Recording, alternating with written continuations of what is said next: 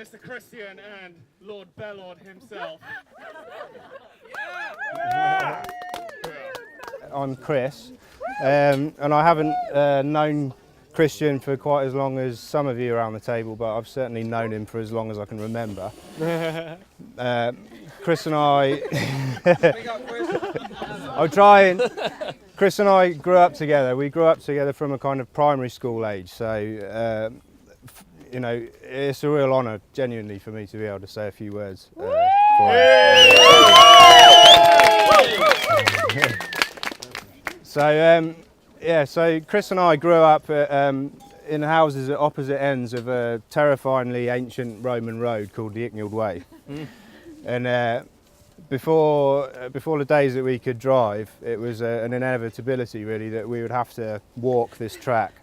And you might think that under those kind of circumstances, I mean, this thing was literally, you know, it's something out of a horror movie. It was, you know, just the deepest, darkest thing you could imagine.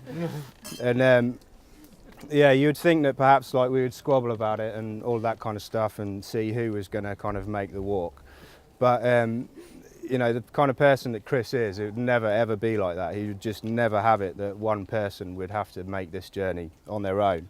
He'd always have it that we'd both walk halfway and then, you know, say see you later, and then kind of like walk away and shout or whatever, so you know that you're aware of it.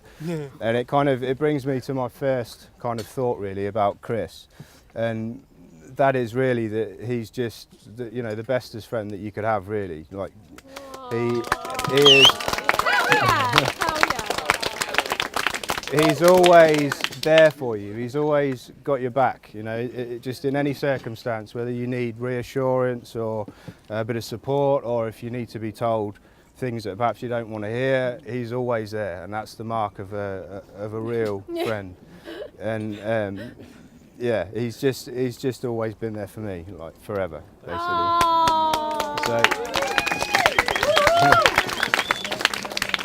So I'm going to try and keep it brief because Luke's going to talk as well, but yeah. I think we're all... Take as long as you like. Yeah, you take as long as you like, man. Best man. So, as you all know, one of the most striking things about Chris is his sense of humour, which is random and kind of out there, to say the least, really.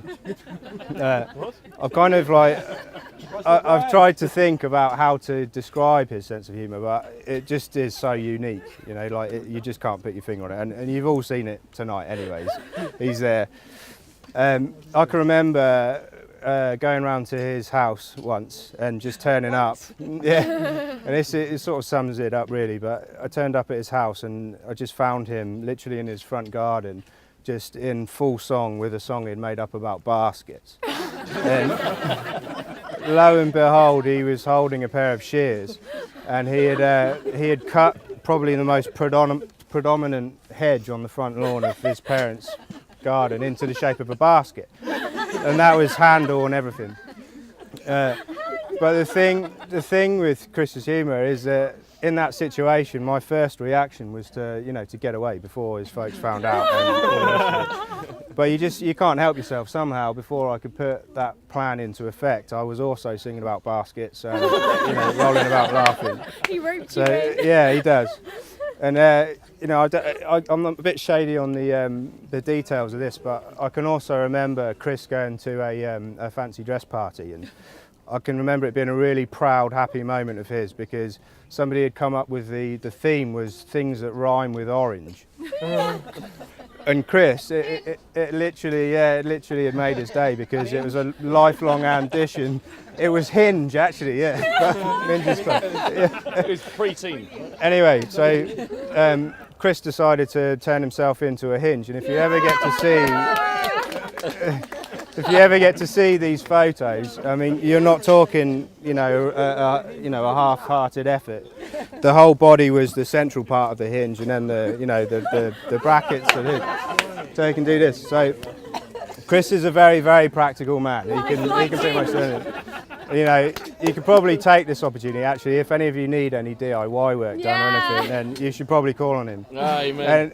And actually, if you've seen his house, you'll know why. But you'll have to put up with him singing about baskets and being dressed like a hinge. But, you know. Yeah, bravo. But Okay, so another thing really that I wanted to mention about Chris really is on that track sometimes you'd bump into strangers, and you know, it points out another quality about Chris's personality, and that is that he can just walk up to anybody and just engage them in conversation. And it's something that's always fascinated me about him, because you can watch how this kind of progresses really. He can bowl up to somebody, start talking to them, and you can see the suspicion in them, you know, what are you going to kind of like do? What's going on? But eventually he wins them over, and they realise actually this is born out of genuine interest, you know, and you know, they get on board, and you know, before long they're talking to each other like they've known each other forever. And you always hear these kind of stories of, well, I do anyways, about how it was in the good old days, and you know, sort of village life, and how people could just talk to each other all the time, and it was, you know, that's how it was. And I don't see an awful lot of it nowadays, but I always hear about how it was. And in Chris, you can just see that little snippet of humanity there. It's just in his heart, you know. He's just got a heart of gold, and that's the bottom line.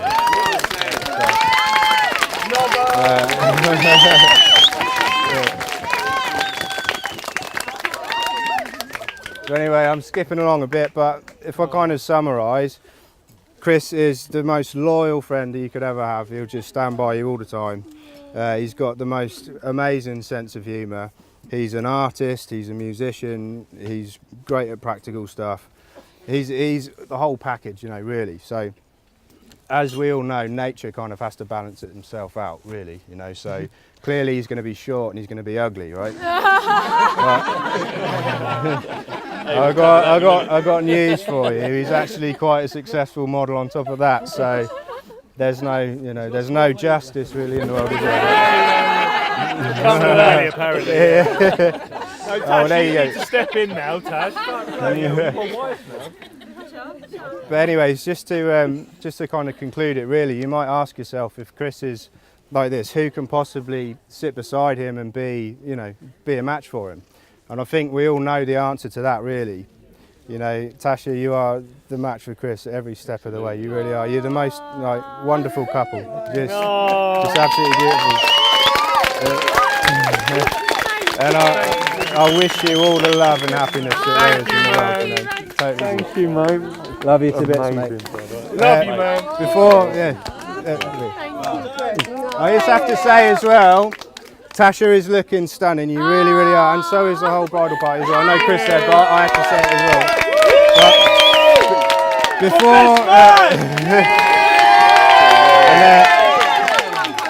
Before I hand it over to Luke, there's a message here that's come from the other side of the world, which I've been asked to read out. Okay, so it goes like this. Hello, you pair of flaming galahs. Hope you're both having an amazing day. Congratulations on becoming Mr. and Mrs. Lambelin. So sorry we couldn't be there. That lottery win just never came in. But we will definitely be toasting a glass of champagne in your honour. We hope your lives together are full of lots of love, laughter and happiness. All our love, Julian, Lucy, George and Harry. Aww. The Lambos down under. Yay! Kiss, kiss. Representing down under. Sam Booth. Okay. There you go, Luke. Do you want I'm going to be nice and loud. Nice and loud, deep meister. Hey! Right, he's going to mic me up. I'm good to go. I actually paid for 45 minutes, so they've shortchanged me. They were meant to be my out card. Okay, so I've written a little something, a little bit special. So I'm hoping it's going to be a little bit special. I'll be nice and loud. Tell me to shout if I'm being quiet, but Talk up. shout. Not immediately. Okay. What a beautiful setting. What a beautiful day. For two of our favourites to have it their way. When Christian was MC at my wedding, he wrote me a rap. So I've returned the favour with a poem for this here chap. I am honoured as best man to be giving this speech. And if you don't know Chris too well, then that's what I'm here to teach. I may not have the dirt to pull him apart, but if there's one thing I've learnt, it's that he's got a sterling heart. Yeah. I've also learned he has a nickname or three. From good old Chan, to Ruby Lou, to the Lamborghini. Now, I'd like to keep this short, but primarily sweet, though I need to tell you how this man has swept us all off our feet. His energy and natural zest for life just has no compare, even if sometimes he'll make me do things that I just can't bear. It's good for me, it helps me, and it makes me a better man. And if anyone can bring someone out of their shell, then sure as hell he can. Like at one of their dinner parties, where he makes me relive stories that I really don't want to tell, to afterwards when they make me dance to some music from hell. I'm just kidding, I'm in the wrong. His taste is actually pretty cool. It's just when I dance, I look like a fool. But he's a top mate, he's a star, and he's a proper sterling bloke. But my God, he doesn't half moan when I smoke. And I know he's right, I should give it a miss. But he puts on this funny voice and says, "Do you want to talk like this?"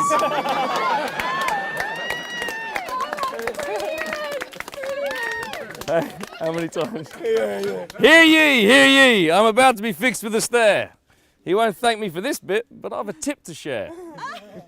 If you're in need of a weak spot that's going to turn this man to jelly, it's in the form of a button that's located on his belly. It's true, he can't stand it and he squeals like a pig. Although now I've revealed this, I'll be in for a dig. But he's made me do this speech and there will always be a reveal. I just bet you never thought a belly button could be a man's Achilles heel. I've never seen a guy who can eat as much as this one can. He's got the appetite of 3 people. He is one hungry man. And he makes a mean jerk chicken with rice and peas. And can even conjure up sushi to rival the Japanese. Another common wedding duty of the elected best men is to arrange a final blowout in some dark and seedy den.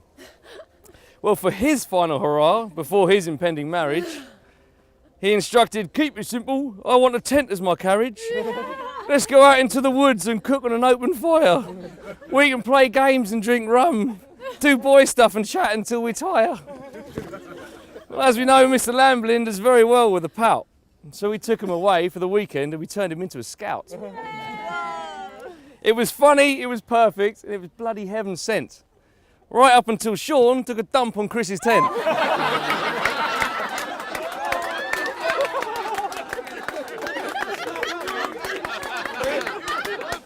If I could have it, right?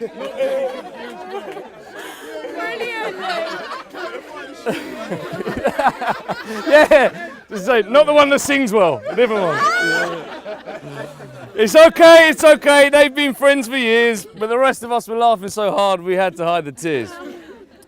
To mark the occasion, we've got him a little gift, to look back on in times when he needs a lift. Oh no. Or just to remind him how much we care about this crazy, wacky friend of ours sat here in this chair.